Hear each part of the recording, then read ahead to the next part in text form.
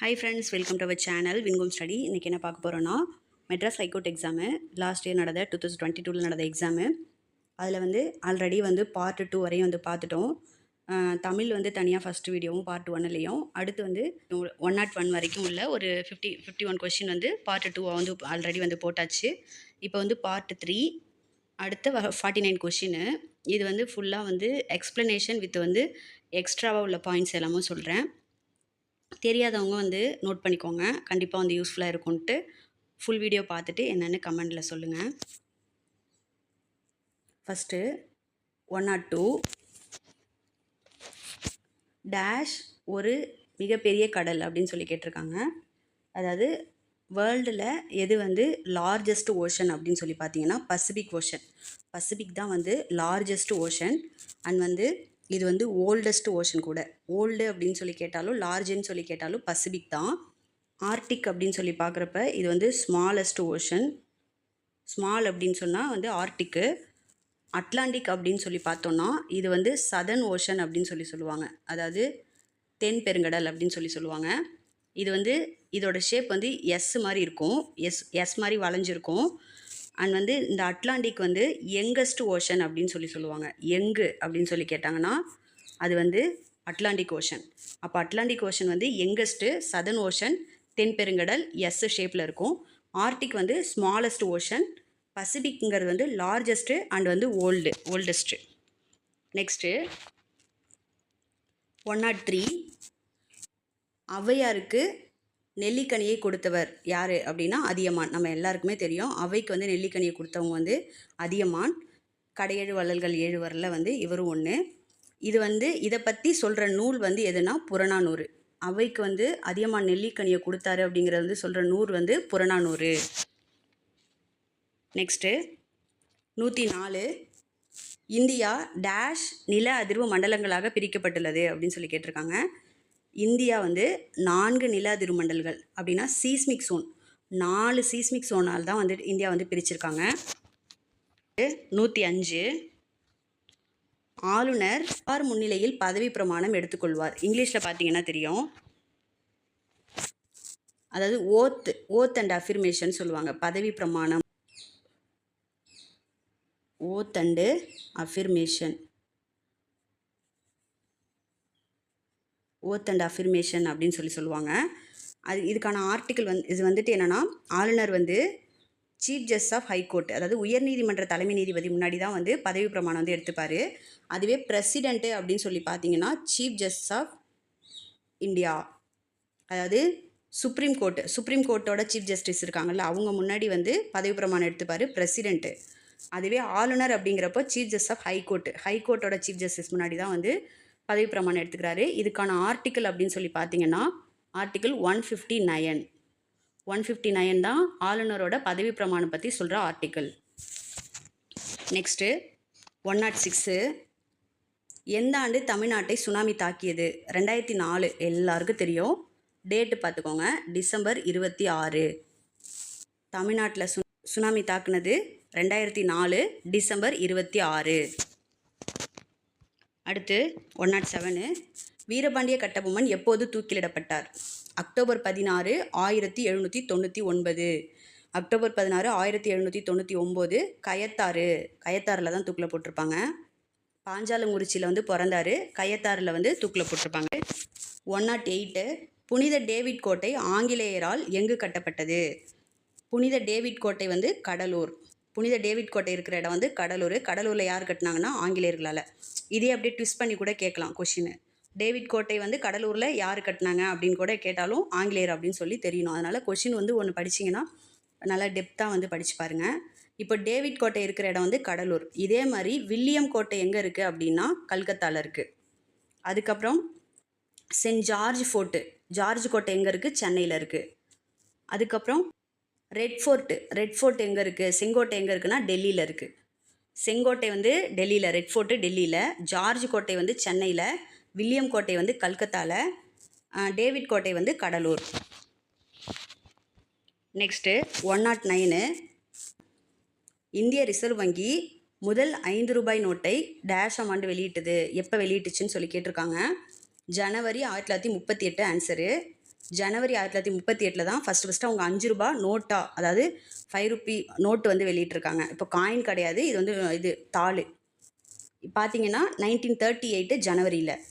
RBI பற்றின extra notes. RBI act 1934.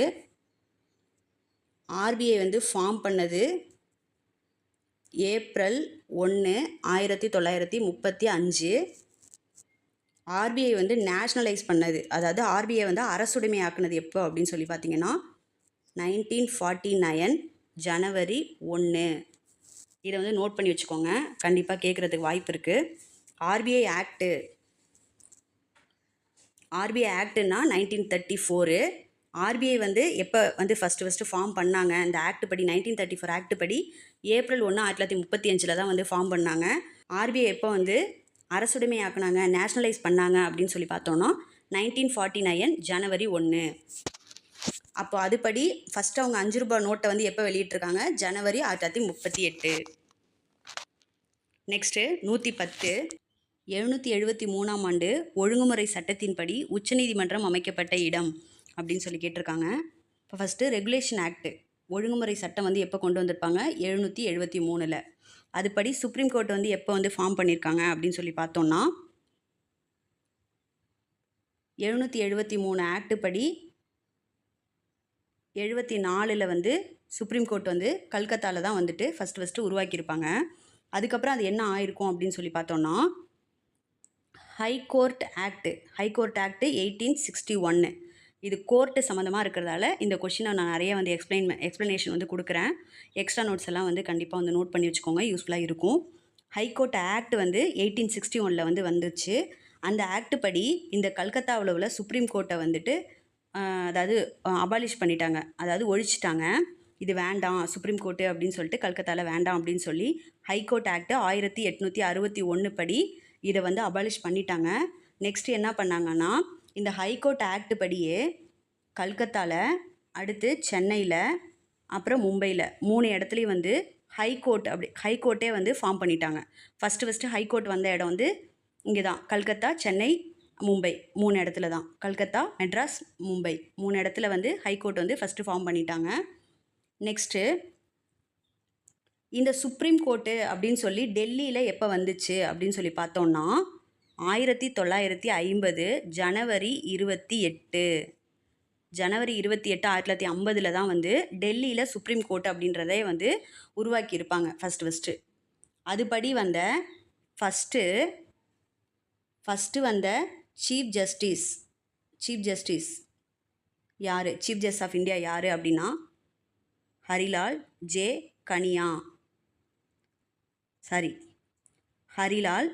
கனியா, H J Kania அப்படின்னு சொல்லுவோம். First chief justice of India இவர் யார், ஹரிலால் ஜே கனியா. நெக்ஸ்ட்டு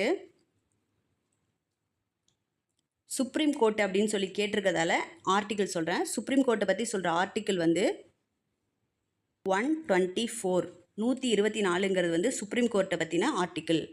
அடுத்து ஹைகோர்ட்டை பற்றின ஆர்டிக்கிள் 214 தான் வந்து ஹைகோர்ட்டை பற்றின ஆர்டிக்கிள். அதுக்கப்புறம் ப்ரீஃபாக பார்க்கணுன்னா அடுத்தடுத்து ஏதாவது கொஷின் வந்துச்சுன்னா அதில் வந்து சொல்கிறேன், இதை மட்டும் நோட் பண்ணிக்கோங்க. இப்போ இருக்க 50வது சீஃப் ஜஸ்டிஸ் ஆஃப் இந்தியா, இது வந்து இப்போ தான் இந்த கொஷின்லேயே வந்து பார்த்துருப்போம் முன்னாடி, யார் அப்படின்னு சொல்லி பார்த்தோன்னா டிஒய் சந்திரசூட் அப்படின்னு சொல்கிறவர். இவர் தான் வந்துட்டு 50வது சீஃப் ஜஸ்டிஸு. அதுவே வந்து 49வது ஆள் யார் இருந்தார் அப்படின்னு சொல்லி பார்த்தோன்னா யூ லலித் தான் வந்து 49வது சீஃப் ஜஸ்டிஸ். 111 முதல் மக்கள் நீதிமன்றம், அதாவது லோக் அதாலத் நடைபெற்ற மாநிலம் டேஷ் அப்படின்னு சொல்லி கேட்டிருக்காங்க. ஃபஸ்ட்டு லோக் அப்படின்னா வந்து மக்கள் அப்படிங்கிறத குறிக்குது, அதாலத் அப்படின்னா நீதிமன்றம், அதனால் அப்படியே டைரெக்டாக மக்கள் நீதிமன்றம். அதாவது மக்கள் வந்து இப்போ சுப்ரீம் கோர்ட்டு, அதுக்கு முன்னாடி ஹைகோர்ட்டு, அதுக்கு முன்னாடி டிஸ்ட்ரிக்ட் கோர்ட்டு, இதுக்கெல்லாம் வந்து நம்ம ஏதாவது ஒரு கேஸை வந்து எடுத்துகிட்டு போகிறோம் அப்படின்னு சொன்னால் இங்கெல்லாம் வந்து தீர்ப்பு வழங்காமலே இருக்குது, இல்லைனா ரொம்ப பெண்டிங்லேயே கிடக்கு அப்படின்ற கோர்ட், இதெல்லாம் வந்துட்டு அந்தந்த கேஸ் எல்லாம் வந்து தீர்ப்புன்னு வராத எல்லா கேஸுமே வந்து நம்மளாக போய் கூட இந்த மக்கள் நீதிமன்றத்திட்ட போய் வந்து முறையிடலாம். இல்லைனா அவங்களே வந்து ரொம்ப நாளாக கிடப்பில கிடக்கு, இந்த இந்த இதை வந்து நீனே பார்த்துக்கோ அப்படின்னு சொல்லி ஹைகோர்ட்டோ சுப்ரீம் கோர்ட்டோ இவங்களுக்கு டைரெக்டாக கூட அனுப்பலாம். அதுதான் இவங்க வந்து அந்த வேலையை தான் வந்து பார்த்துட்ருக்காங்க. அப்படி சொல்லி பார்த்தோன்னா, இதுக்கு ஃபஸ்ட்டு வந்து எந்த மாநிலத்தில் வந்து அதை நடைமுறைப்படுத்துனாங்க அப்படின்னு சொன்னால் குஜராத்தில் தான். குஜராத்தில் தான் ஃபஸ்ட்டு மக்கள் நீதிமன்றம். எந்த வருஷம் பார்த்தோன்னா 1982. 82லயே வந்து குஜராத்தில் லோக் அதாலத்தை வந்து ஃபார்ம் பண்ணிட்டாங்க. ஆனால் இதுக்காக ஆக்ட் வந்து கொண்டு வந்தது. லோக் அதாலத் ஆக்ட் வந்து எப்போ வந்துச்சுன்னா 1987. இதிலேருந்து 5 வருஷம் கழிச்சு தான் வந்து இதுக்கான ஆக்ட் வந்து கொண்டு வந்தாங்க. 87ல் தான். நெக்ஸ்ட்டு 112 டேஷ் நிமிடங்களுக்கு மேல் பிராணவாயு கிடைக்காவிட்டால் மூளை செயல்படும் திறனை இழக்கிறது அப்படின்னு சொல்கிறாங்க. ஒரு 4 நிமிஷத்துக்கு மேலே நம்மளுக்கு பிராணவாயுன்னா ஆக்சிஜன் வந்து கிடைக்கலன்னா நம்ம மூளை வந்து செயல்படுற திறனை வந்து இழந்துரும் அப்படின்னு சொல்கிறாங்க. இப்போ 4 நிமிஷத்துக்கு மேலே நம்மளுக்கு ஆக்சிஜன் கிடைக்காம இருக்கக்கூடாது. அந்த மாதிரி ஆக்சிஜன் கிடைக்காத ரூமில் நம்ம இருக்கக்கூடாது. டக்குன்னு வெளியில் வந்துடணும். இது தெரிஞ்சுக்கோங்க. நெக்ஸ்ட்டு 113 காசநோய் எதன் மூலம் பரவுகிறது? காசநோய் அப்படின்னா டியூபர்குலோசிஸ், டிபின்னு சொல்லுவோம்ல, டியூபர்குலோசிஸ். இது வந்துட்டு ஒரு பாக்டீரியா நோய். அதாவது மைக்கோபாக்டீரியம் டியூபர்குலே அப்படிங்கிற ஒரு பாக்டீரியாவால் ஏற்படுற நோய் தான் வந்து காசநோய், டிபின்னு சொல்லுவாங்க. இது ஆனால் எது மூலமாக பரவுது அப்படின்னு சொல்லி பார்த்தோன்னா காற்றில் தான் பரவுது. என்னதான் பாக்டீரியா நோயாக இருந்தாலும் காற்று மூலமாக தான் பரவும். நெக்ஸ்ட்டு 114 மீனின் சுவாச உறுப்பு எது? அதாவது ரெஸ்பிரேட்டரி ஆர்கன் ஆஃப் ஃபிஷ் அப்படின்னு சொல்லி பார்த்தோன்னா கில்லாம் வந்து செவுள்கள் அப்படின்னு சொல்கிறாங்க. இப்போது நம்ம மனிதனோட சுவாச உறுப்பு அப்படின்னு சொன்னால் மூக்கால் தான் வந்து சுவாசிக்கிறோம். நிறைய உயிரினம் வந்துட்டு பாலூட்டிகள் எல்லாமே வந்துட்டு மூக்கால் அந்த மாதிரி இருக்கும். அப்படி பார்க்குறப்போ மீனுக்கு வந்து எப்படி அப்படின்னு சொல்லி பார்த்தோன்னா செவுள், அதோட காது சைடில் வந்து இருக்கும்ல, அது வந்து செவுள்கள் வழியாக தான் வந்து சுவாசிக்குது அப்படின்னு சொல்லியிருக்காங்க. நெக்ஸ்ட்டு 115 பாலில் டேஷ் அடங்கி உள்ளதுன்னு கேட்டிருக்காங்க. இதெல்லாம் வந்து அமிலம் காரம் அப்படிங்கிற டாப்பிக்கில் வரும். இப்போ குரூப் 4லேருந்து கூட சயின்ஸ் பேசிஸில் இந்த கொஷின் வந்து கண்டிப்பாக கேட்டிருந்தாங்க. இந்த அமில காரங்கள்லேருந்து கண்டிப்பாக ஒரு கொஷின் வந்துடும் அப்படிங்கிறது தெரிஞ்சுக்கோங்க. பாலில் என்ன ஆசிட் இருக்குது அப்படின்னு சொல்லி கேட்டிருக்காங்க. பாலுனாலே லாக்டிக் ஆசிட் நம்ம எல்லாருக்கும் நல்லா தெரியும். அதனால் இது ஈஸியாக முடிஞ்சிருச்சு. இருந்தாலும் இது வந்துட்டு ஒவ்வொரு அமிலமும் என்னென்னத்தில் இருக்குது அப்படின்னு தெரிஞ்சுக்கலாம்ல. அதுக்காக டார்டாரிக் ஆசிட் அப்படிங்கிறது காமனாக வந்துட்டு திராட்சையில் இருக்குது. அதுக்கப்புறம் புளியில் இருக்குது. புளியில் இருக்கிறது வந்து டார்டாரிக் ஆசிடு. அடுத்து மேலிக் ஆசிட் வந்துட்டு ஆப்பிளில் இருக்கும். ஆப்பிளில் இருக்கிறது வந்து மாலிக் ஆசிடு. அசிடிக் ஆசிட் வந்துட்டு வினிகரில் இருக்கிறது அசிடிக் ஆசிட். அப்படி பார்த்துக்கோங்க. திராட்சையில் இருக்கிறது அண்ட் புளியில் இருக்கிறது டார்டாரிக் ஆசிடு. மாலிக் ஆசிட் வந்து ஆப்பிளில் இருக்குது. அசிடிக் ஆசிட் வந்து வினிகரில் இருக்குது. அப்போ பாலில் வந்து இருக்கிறது வந்து லாக்டிக் ஆசிடு. இது இல்லாமல் ஃபேமஸாக கேட்குறது அப்படின்னு சொல்லி பார்த்தோன்னா ஆக்சாலிக் ஆசிட் எதில் இருக்குது அப்படின்னு சொல்லி கேட்பாங்க. ஆக்சாலிக் ஆசிட் வந்து தக்காளியிலேருந்து இருக்குது. ஆக்சாலிக் ஆசிட் வந்து தக்காளி. நெக்ஸ்ட்டு ஃபார்மிக் ஆசிட் வந்து எறும்பில் வந்து இருக்கும். ஃபார்மிக் ஆசிட் வந்து எறும்பில் இருந்து இருக்கும். அது தெரிஞ்சுக்கோங்க. 116 கூடு கட்டும் ஒரே வகையான பாம்பு எந்த இனம் சொன்னாங்க?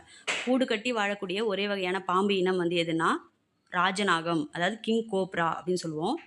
கிங் கோப்ரா மட்டும்தான் கூடு கட்டி வாழ்கிற ஒரே பாம்பு இனம். இதை பற்றி தெரிஞ்சுக்கலாம். இது நம்ம ஸ்கூல் புக்கில்னு இருக்குன்னா இதோட சயின்டிஃபிக் நேம் என்னன்னு சொல்லி கொடுத்துருப்பாங்க. ஹோபிஃபாகஸ் ஹானா அப்படின்னு வரும். ஹோபிஃபாகஸ் ஹானா இதுதான் இதோட சயின்டிஃபிக் நேம். அதை நோட் பண்ணிக்கோங்க. இன்னொன்று வந்து இது வந்து 6 மீட்டர் வரைக்கும் இதோட லென்த் வந்து இருக்கும். 6 மீட்டர் வரைக்கும் இது வந்து லென்த் வந்து வரும். 6 மீட்ரு அப்படின்னு சொல்லி பார்த்தோன்னா கிட்டத்தட்ட 20 அடி. 20 அடி வரைக்கும் இதோட லென்த் வந்து இருக்கும் அப்படின்னு சொல்லியிருக்காங்க. 117 நமது தேசிய கொடியின் நீளம் மற்றும் அகல விகிதம்னு கேட்டிருக்காங்க. நீளம், அகலம் இதை பற்றி பார்ப்போம்.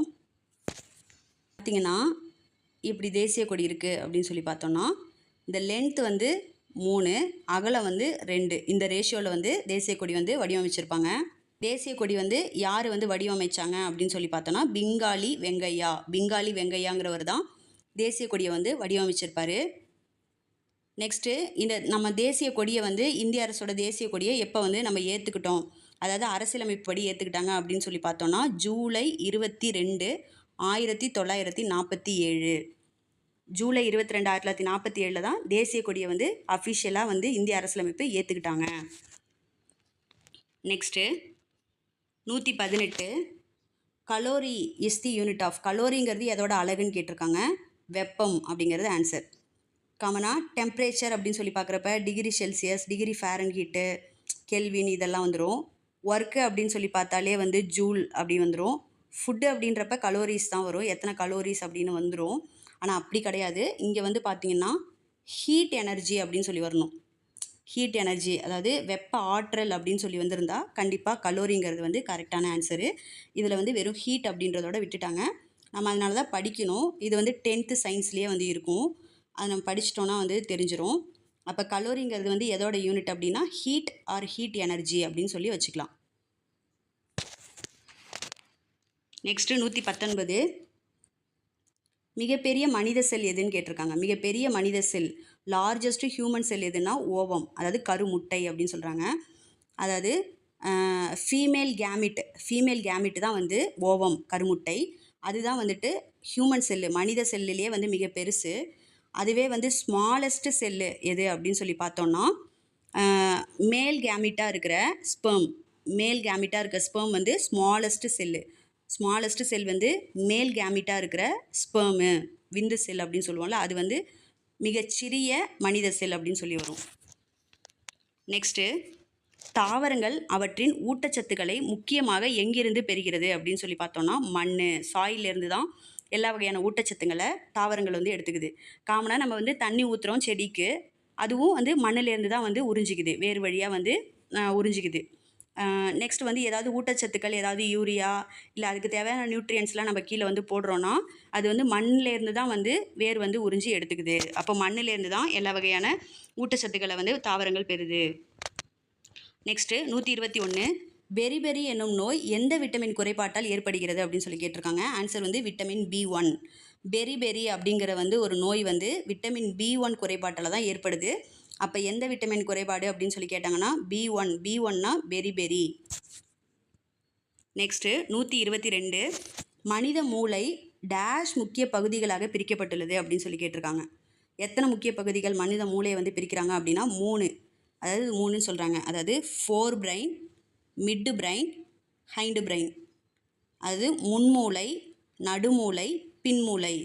இந்த மாதிரி 3 பகுதிகளாக தான் நம்ம மூளையை வந்து பிரிக்கிறாங்க. முன்மூளை, நடுமூளை, பின்மூளை. இங்கிலீஷில் பார்த்தோன்னா fore brain, mid brain, hind brain. Next 123 கருப்பு தங்கம் என அழைக்கப்படுவது எதுன்னு கேட்டிருக்காங்க. கருப்பு தங்கம் பிளாக் கோல்டு அப்படின்னு சொல்லி கேட்டாங்கன்னா பெட்ரோலியம். பிளாக் கோல்டுன்னு கேட்டாங்கன்னா பெட்ரோலியம். நிலக்கரி அப்படின்னு சொல்லி பார்த்தோன்னா இது ஒரு டைம் வந்து டிஎன்பிஎஸ்சி எக்ஸாமில் வந்து கான்ட்ரவர்சியான கொஷின் தான். பெட்ரோலியம் அப்படிங்கிறது தான் வந்து கரெக்டான ஆன்சராக. நிலக்கரிக்கு வந்துட்டு எப்படி சொல்லுவாங்கன்னா பிளாக் டைமண்ட் அப்படின்னு சொல்கிறாங்க. கருப்பு வைரம் அப்படின்னு சொன்னால் தான் வந்து நிலக்கரி. அப்போது கருப்பு வைரம் அப்படின்னா நிலக்கரி, கருப்பு தங்கம் அப்படின்னா வந்து பெட்ரோலியம். நெக்ஸ்ட்டு 124 ஒலிம்பிக் கொடியில் எத்தனை வளையங்கள் உள்ளன? இப்போது ஒலிம்பிக் வந்து நடந்துகிட்ருக்குல்ல, ஒலிம்பிக் வந்து ஸ்போர்ட்ஸ் ஓரியன்டான கொஷின். ஒலிம்பிக்கில் வந்துட்டு நிறைய ஈவெண்ட்டுக்கு வந்து போட்டிலாம் வந்து வைக்கிறாங்க. அப்படி சொல்லி பார்க்கக்குள்ள ஒலிம்பிக் கொடியில் வந்து மேலே வந்து 3ம் கீழே வந்து 2ம், இதுதான் இதோட வளையங்கள் வந்து மொத்தமாக இருக்கும். அந்த ஃப்ளாக் வந்து இப்படி இருக்கும். அப்போ மொத்தம் எத்தனை வளையங்கள் அப்படின்னு சொல்லி பார்த்தோன்னா 5 வளையங்கள்.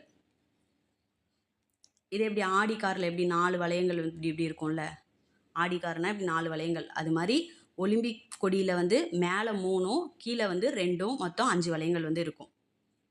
இப்போது ஒலிம்பிக் எங்கே நடக்க போகுது அப்படின்னு சொல்லி பார்த்தோன்னா பாரிஸில் வந்து நடக்க போகுது. 2024 பாரிஸில் வந்து ஒலிம்பிக் வந்து நடத்த போகிறாங்க, பார்க்கலாம். நெக்ஸ்ட்டு 125 சதுரங்க விளையாட்டில் எத்தனை சதுரங்கள் உள்ளன அப்படின்னு சொல்லியிருக்காங்க. அதாவது செஸ் போர்டில் எத்தனை ஸ்கொயர் வந்து இருக்குது அப்படின்னு சொல்லி கேட்குறாங்க. அது காமனாக வந்து இப்படி வந்து பிரிக்கிறப்போ மேலே வந்து 8ம் கீழே 8ம், அதாவது இந்த வரிசையில் இப்படி பார்த்தோன்னா இங்கே 8 இங்கே 8, அப்போ 8 64 ஸ்கொயர்ஸ் வந்து இருக்கும். நெக்ஸ்ட்டு 126 மருந்துகளின் ராணி என அழைக்கப்படுவது குயின் ஆஃப் ட்ரக்ஸ் அப்படின்னா பெனிசிலின் தான் வந்து குயின் ஆஃப் ட்ரக்ஸு. இதை வந்து கண்டுபிடிச்சவர் வந்து அலெக்சாண்டர் ஃப்ளெமிங் அலெக்சாண்டர் ஃப்ளமிங் தான் வந்து ஃபஸ்ட்டு இது வந்து பெனிசிலினை வந்து கண்டுபிடிச்சிருக்காங்க. 1928 வந்து கண்டுபிடிச்சிருக்காங்க. நெக்ஸ்ட்டு இது வந்து என்ன அப்படின்னு சொல்லி பார்த்தோன்னா, இது வந்து ஒரு ஆன்டிபயாட்டிக் அப்படின்னு அதாவது தமிழில் என்னன்னா நோய் எதிர்ப்பு சக்தி மருந்து. நோயை வந்து எதிர்க்கிற ஒரு மருந்து தான் வந்து இந்த பெனிசிலின் அப்படிங்கிறது. 1928 அலெக்சாண்டர் ஃப்ளமிங் தான் வந்து இதை வந்து கண்டுபிடிச்சிருக்காரு. நெக்ஸ்ட்டு இது வந்து என்னென்ன நோயெல்லாம் குணப்படுத்தும் இந்த ஆன்டிபயாட்டிக் அப்படின்னு சொல்லி பார்த்தோம்னா, நிமோனியா, டிப்தீரியா இந்த மாதிரி உள்ள நோயெல்லாம் வந்து குணப்படுத்தக்கூடிய ஒரு நோய் எதிர்ப்பு மருந்து தான் வந்து பெனிசிலின். இதுக்காக நோபல் பரிசும் வாங்கியிருக்காரு அலெக்சாண்டர் ஃப்ளமிங். நெக்ஸ்ட்டு 127 மலரின் எந்த பகுதி கனியாக மாறுகிறது? மலர்னு இருக்குன்னா அதோட எந்த பகுதி கனியாக மாறுது, ஃப்ரூட்டாக மாறுது அப்படின்னு சொல்லி கேட்டிருக்காங்க. இப்போ இதுக்கு எக்ஸ்ப்ளனேஷன் கொடுக்குறேன். இப்போ பாருங்கள், இதுதான் வந்து காமனாக ஒரு மலர் அப்படின்னு இருக்குன்னு வச்சுக்கோங்க. இது வந்து கீழே இருக்கிறது சூர்பை, மேலே வந்து சூல் தண்டு, இங்கே வந்து சூல் முடி அப்படி இருக்கும். இப்படி இருக்குது அப்படின்னு சொல்லி பார்த்தோன்னா இது வந்து சூர்பைன்னு சொல்கிறாங்க. இந்த சூர்பை தான் வந்துட்டு கனியாக மாறுது, அதாவது ஃப்ரூட்டாக வந்து மாறுது. இந்த மேலே இருக்குது பாருங்கள் சூல் முடி, இந்த சூல் முடி வந்து விதையாக மாறுது. இந்த மேலே இருக்க சூல் வந்து விதையாக வந்து மாறுது. கீழே இருக்க சூர்பை வந்து இது வந்து கனியாக வந்து மாறுது, ஃப்ரூட்டாக வந்து மாறுது. ஏன்னா சூல்பை அப்படின்னு பார்க்கக்குள்ள இது வந்து பெண் இனப்பெருக்க, அதாவது தாவரங்களில் இருக்க பெண் இனப்பெருக்க உறுப்பு. மேலே இருக்க சூல் முடி ஸ்டிக்குன்னு சொல்லுவாங்க, அது வந்து ஆண் இனப்பெருக்க உறுப்பு. அது வந்து விதையாக மாறும். சூர்பை வந்து பெண் இனப்பெருக்க உறுப்புன்றதால கனியாக வந்து மாறுது. 128 நமக்கு எத்தனை உணர்வுகள் உள்ளன? மனுஷனுக்கு எத்தனை உணர்வுகள் இருக்கு அப்படின்னு சொல்லி கேட்குறாங்க. அதாவது எத்தனை சென்ஸ் வந்து இருக்குது அப்படின்னு சொன்னால், இப்போ நம்மளுக்கு இப்போ கண் இருக்குது, பார்க்க முடியும். அடுத்து மூக்கு இருக்குது, நுகர முடியும். நெக்ஸ்ட் வந்து நாக்கு வந்து சுவைக்க முடியும். காது வந்து கேட்க முடியும்.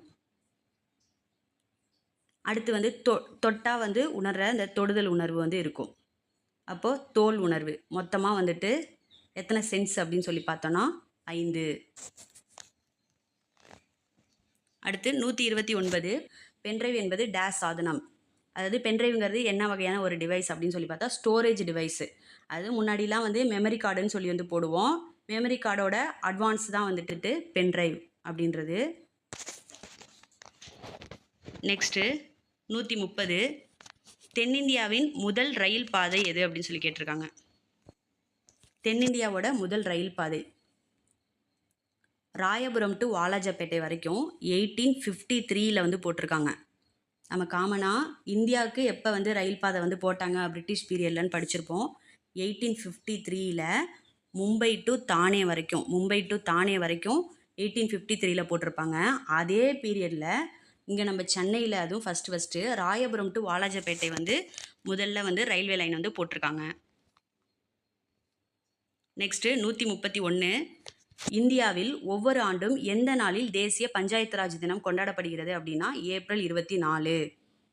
இது எப்படின்னா இந்த பஞ்சாயத்து ராஜ் அப்படின்றதுக்கு வந்து நம்ம கான்ஸ்டியூஷன் படி எப்போ இதுக்கான அந்தஸ்து வந்து கிடச்சிச்சு அப்படின்னு சொல்லி பார்த்தோன்னா 73வது சட்ட திருத்தம் 1992 அப்போ தான் வந்து இதை வந்து பஞ்சாயத்து ராஜை வந்து நம்ம கான்ஸ்டியூஷனில் சேர்த்துருப்பாங்க. 73வது அமெண்ட்மெண்ட் ஆக்ட் படி 92வது வருஷம்தான் பஞ்சாயத்து ராஜுக்குன்னு ஒரு அரசியலமைப்பு வந்து கிடச்சிருக்கும். அதுபடி பார்த்தோன்னா இந்த 73rd அமெண்ட்மெண்ட் ஆக்ட் அந்த திருத்தம் வந்து எப்போ நடைமுறைக்கு வந்திருக்கும் அப்படின்னு சொல்லி பார்த்தோன்னா 93 ஏப்ரல் 24. 1993 ஏப்ரல் 24 தான் இந்த அமெண்ட்மெண்ட் வந்து நடைமுறைக்கு வந்திருக்கும். அதனால் அன்றைய தினத்தையே நடைமுறைக்கு வந்த நாளையே வந்து பஞ்சாயத்து ராஜ் தினம் அப்படின்னு சொல்லி நம்ம வந்து செலிப்ரேட் பண்ணிகிட்ருக்கோம்.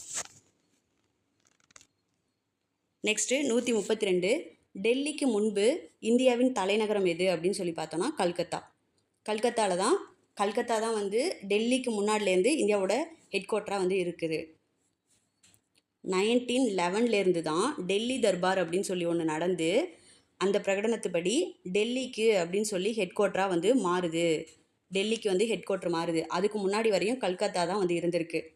அதுக்கப்புறம் வந்துட்டு முன்னாடி இருந்த டெல்லியை வந்து எப்படி வந்து சொல்லுவோம் அப்படின்னு சொன்னால் இந்திரபிரஸ்தா அப்படின்னு சொல்லுவோம். இந்திரபிரஸ்தா அப்படின்னு சொல்கிறது வந்து டெல்லியை வந்து சொல்கிறோம். அதுக்கப்புறம் நம்ம வந்து இந்தியா வந்து இண்டிபெண்டன்ஸ் வந்து ஆன அப்புறம் வந்து அஃபிஷியலாக டெல்லி வந்து நம்மளோட ஹெட் குவார்ட்டராகவே மாறிடுச்சு. அடுத்து 133 மின்னோட்டத்தின் அளவை அளவிட பயன்படுத்தப்படும் கருவி வந்து அம்மீட்டர். மின்னோட்டம் அப்படின்னு சொன்னாலே, மின்னோட்டம் அப்படின்னா அமௌண்ட் ஆஃப் கரண்ட் அப்படின்னாலே வந்து அம்மீட்டர் தான். அதே வந்து வோல்ட் மீட்டர்னால் வந்து காமனாக வோல்டேஜ் தான். வோல்டேஜ்னால் வந்து மின் அழுத்தத்தை அளவிடப்படுறது வோல்ட் மீட்டர். அம்மீட்டர்னால் வந்து கரண்ட்டு. நெக்ஸ்ட்டு மேத்ஸ் ஆரம்பிச்சிருது. 134 மிகப்பெரிய 6 இலக்க எண்ணிற்கும் மிக சிறிய 6 இலக்க எண்ணிற்கும் உள்ள வித்தியாசம் அப்படின்னாலே வந்து மைனஸ் பண்ணணும் அப்படிங்கிறது தான். மிகப்பெரிய 6 இலக்க எண் 6 இலக்கம் வந்து போடுங்க. மிகப்பெரிய 6 இலக்க எண்ணுனா 9 தான் வந்து சிங்கிள் டிஜிட்டில் பார்க்குறதுல பெரிய நம்பரு. சிங்கிள் டிஜிட்டில் சின்ன நம்பர் அப்படின்னு சொல்லக்குள்ள 1. அப்போ இதை வந்துட்டு போடுங்க. அதாவது 9 போட்டுட்டு கீழே வந்து 1 லேக்கு அதை வந்து போட்டுட்டு இதை வந்து அப்படியே மைனஸ் பண்ணோன்னா என்ன வருது? இதுதான் வந்து ஆன்சரு. வித்தியாசம் அப்படின்னாலே வந்து மைனஸ் பண்ணணும். நெக்ஸ்ட்டு 135 திருநெல்வேலியை சேர்ந்தடைந்த நேரம் 21:15. திண்டிவனத்திலிருந்து புறப்பட்ட நேரம் காலை 10 மணி அப்படின்னா மொத்த பயண நேரம் எவ்வளோ அப்படின்னு சொல்லி கேட்டிருக்காங்க. எவ்வளோ நேரம் ட்ராவல் பண்ணியிருக்காங்க? இப்போது திண்டிவனத்திலேருந்து திருநெல்வேலி போயிருக்காங்க. இப்போ போனதில் வந்து காலையில் 10 மணிக்கு இங்கே வந்து பஸ் வந்து ஏறியிருக்காங்க. பஸ்ஸோ ட்ரெயினோ ஏதோ ஒன்று. இங்கே போய் சேர்ந்தது வந்து 21 மணி நேரம், அதாவது 21:15 அப்படின்னா டோட்டலாக அவங்களோட ட்ராவல் டைம் எவ்வளோ அப்படின்னு சொல்லி தான் வந்து கேட்டிருக்காங்க. பார்க்கலாம். இப்படி இந்த மாதிரி கொஷின் வந்துச்சுன்னா பார்த்துக்கோங்க. அதாவது புறப்பட்டிருக்க நேரம் இந்த மாதிரி கொடுத்துட்டு காலையில் கொடுத்துருக்காங்களா அப்படின்னு சொல்லி செக் பண்ணிக்கோங்க. காலையிலன்னு தான் கொடுத்துருக்காங்க. அப்போ டோட்டலாக இவ்வளோ, அதாவது ரயில்வே டைம் 24 ஹவர்ஸில் தானே சொல்லியிருக்காங்க. அதுலேருந்து இதை மைனஸ் பண்ணாலே எவ்வளோ நேரம் அப்படின்னு தெரிஞ்சிடும். ஈஸி தான். 21 மணி, இங்கே கீழே 10 மணி, இது மைனஸ் பண்ணால் வந்து 11 மணி. இப்போ 11 மணி, இந்த 15 நிமிஷம் அப்படியே வச்சுக்கோங்க. 11 மணி நேரம் 15 நிமிஷம், அவ்வளோதான் ஆன்சரு. நெக்ஸ்ட்டு 136 1500 கிராம் என்பதற்கு எதற்கு சமம் சொல்கிறாங்க? 1000 கிராம் அப்படின்னு சொல்லி பார்த்தாலே வந்து 1 கிலோகிராம் தான். அப்போது 1 கிலோன்னு வந்துருச்சு. ரிமைனிங் இருக்கிறது 500 கிராம், அவ்வளோதான். நெக்ஸ்ட்டு 137 ஒரு தோட்டத்தில் ஒவ்வொரு நாளும் 55 லிட்டர் தண்ணீர் வந்து தெளிக்கப்படுகிறது எனில் 3 வாரத்திற்கு தெளிக்கப்படுற தண்ணீர் எவ்வளோ? செடிக்கு போய் டெய்லி தண்ணி ஊற்றுறோம். ஒரு நாளைக்கு 55 லிட்டர் தண்ணி வந்து தெளிக்கிறோன்னா 3 வாரத்துக்கு அப்படின்னு சொல்லி கேட்டிருக்காங்க. இது ஒரு நாளைக்கு அப்படின்னு சொல்கிறதெல்லாம் 55 லிட்டரு. அப்போது ஒரு வாரம் அப்படின்னா 7ன்னு வந்துடுது. இங்கே வந்து 3 வாரம்னு சொல்லிட்டாங்க, அதனால் 3ஆல் பெருக்கிக்கணும்.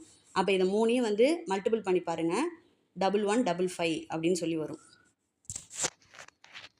நெக்ஸ்ட்டு 138 7737 என்ற எண்ணிற்கு பிந்தைய மற்றும் முந்தைய எண்ணிற்கு உள்ள வித்தியாசம் என்ன அப்படின்னு சொல்லி கேட்டிருக்காங்க.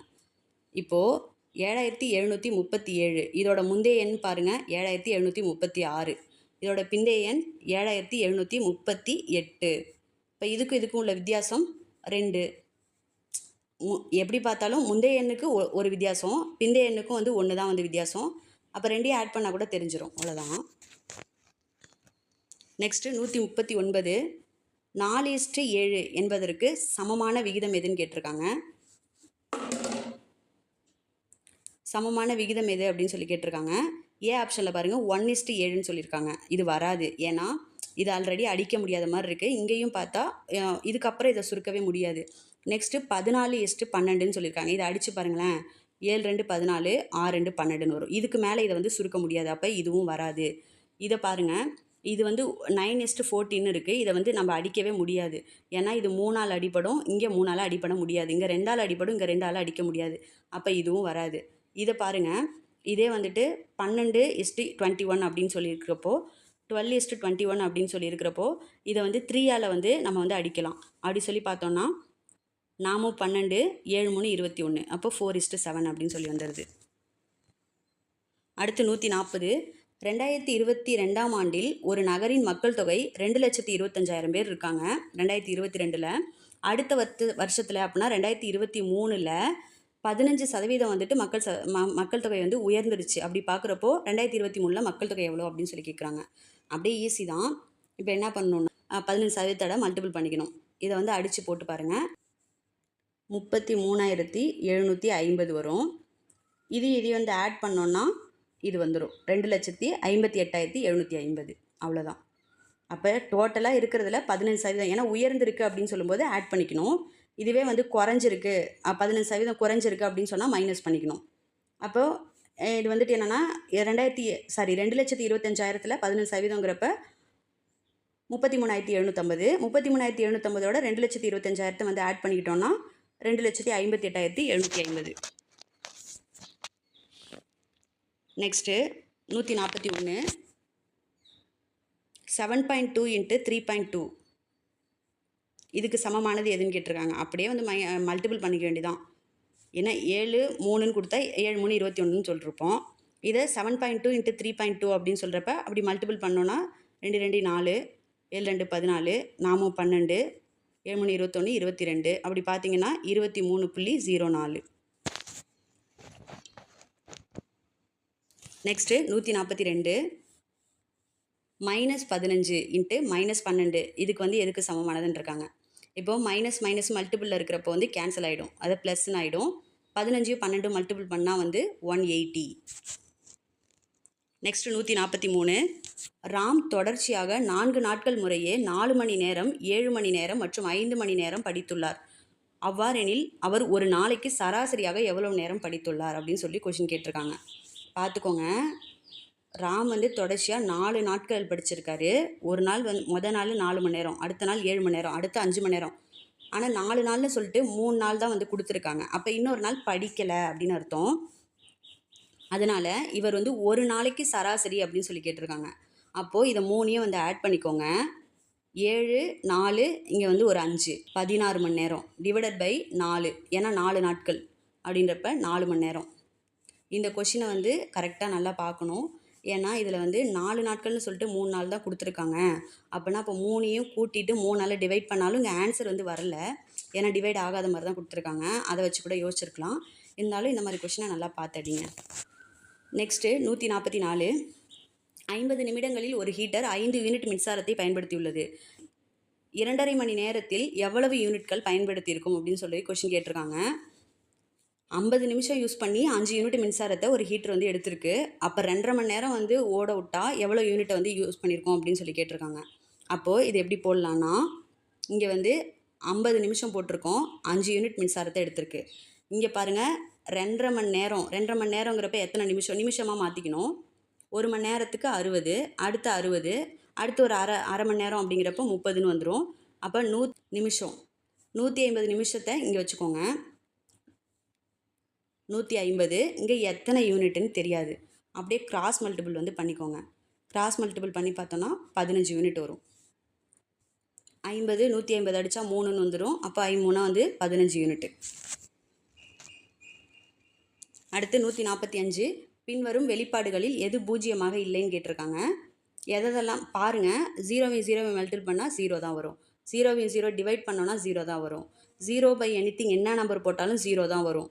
அதே ஏதாவது ஒரு நம்பர் போட்டு டிவைடட் பையில் 0 வந்துச்சுன்னா இன்ஃபினிட்டின்னு வரும். எனிதிங் பை 0, எனிதிங் பை 0 வந்து இன்ஃபினிட்டி அப்படின்னு சொல்லி வரும். அப்போ இதில் வந்துட்டு 0வாக வராதது வந்து நான் 2/0 அப்படின்னு சொல்லி வர்றது தான். நெக்ஸ்ட்டு 146 எந்த வகை மழைப்பொழிவு 4 மணி மழைப்பொழிவு என அழைக்கப்படுகிறது. அதாவது 4 o'clock ரெயின்ஃபால் எது அப்படின்னு சொல்லி கேட்டிருக்காங்க. இது வந்து கன்வென்ஷனல் ரெயின்ஃபால், அதாவது வெப்பசலன மழை. அது வெப்பசலன மழைன்னா வெயில் காலத்தில் சம்மரில் வரக்கூடியது. நிறைய வந்து வெயில் வர்றதால சூரிய வெப்பத்தால் அதிகமாக வந்து பூமி சூடாகி ஈவினிங் 4 o'clock ஆனால் வந்துட்டு மழை வந்து வந்துடும். அந்த மாதிரி வர்றது வந்து கன்வென்ஷனல் ரெயின்ஃபால் அப்படின்னு சொல்லுவோம். 4 o'clock ரெயின்ஃபால். நெக்ஸ்ட்டு 147 தகவல் அறியும் உரிமை சட்டம் 2005 கீழ் தகவலை பெறுவதற்கான கால அளவு எவ்வளவு அப்படின்னு சொல்லலாம். தகவல் அறியும் உரிமை சட்டம் 2005 அக்டோபர் 12 தான் வந்து நடைமுறைக்கு வந்திருக்கும். இதுபடி பார்த்தோன்னா ஒருத்தவங்க வந்து தகவலை பெறணும் அப்படின்னா 30 நாளுக்குள்ளார வந்து அவங்க வந்து ஆர்டிஐ வந்து நம்ம போட்டோன்னா 30 நாளுக்குள்ளே நம்மளுக்கு தகவல் வந்து கொடுத்தாகணும் அப்படின்னு சொல்லி இந்த சட்டம் வந்து சொல்லுது. நெக்ஸ்ட்டு 148 நிலக்கரியிலிருந்து தயாரிக்கப்படும் மின்சாரம் எது? நிலக்கரியிலேருந்து தயாரிக்கிறது அனல் மின்சாரம். இப்போது என்எல்சி நெய்வேலி லிக்னைட் கார்ப்பரேஷன் இருக்குல்ல, அது வந்துட்டு அதிகமாக நிலக்கரியிலேருந்து தான் மின்சாரத்தை வந்து தயாரிக்கிற ஃபேமஸான பிளேஸு. அப்போ நிலக்கரியிலேருந்து தயாரிக்கப்படுற மின்சாரத்தை எப்படி சொல்லணும்னா தெர்மல் பவர், அதாவது அனல் மின்சாரம், அனல் சக்தி அப்படின்னு சொல்லுவோம். நெக்ஸ்ட்டு 149. மாநில நிர்வாகத்தின் தலைவர் யார்? மாநில நிர்வாகம், அதாவது head of the state executive. ஸ்டேட்டை வந்து எக்ஸிக்யூட் பண்ணுறது வந்து யார் அப்படின்னு சொன்னால் காமனாக நம்மளுக்கு தெரியும் சீஃப் மினிஸ்டர் பண்ணுறாரு. ஆனால் வந்து நம்ம இந்தியன் கான்ஸ்டியூஷன் படி பார்த்தோன்னா கவர்னர் தான் வந்துட்டு நிர்வாகத்தை வந்து பார்த்துக்கிறாரு. ஏன்னா இந்தியன் கான்ஸ்டியூஷன் இவருக்கான நிர்வாக அதிகாரம், அதாவது எக்ஸிக்யூட்டிவ் பவர் எந்த ஆர்டிக்கிளில் வந்து கொடுக்குறாங்க, எந்த சட்டத்தை படி கொடுக்குறாங்க அப்படின்னு சொல்லி பார்த்தோன்னா ஆர்டிக்கிள் 154 வந்து ஆளுநரோட நிர்வாக பணிகளை பற்றி சொல்லுது.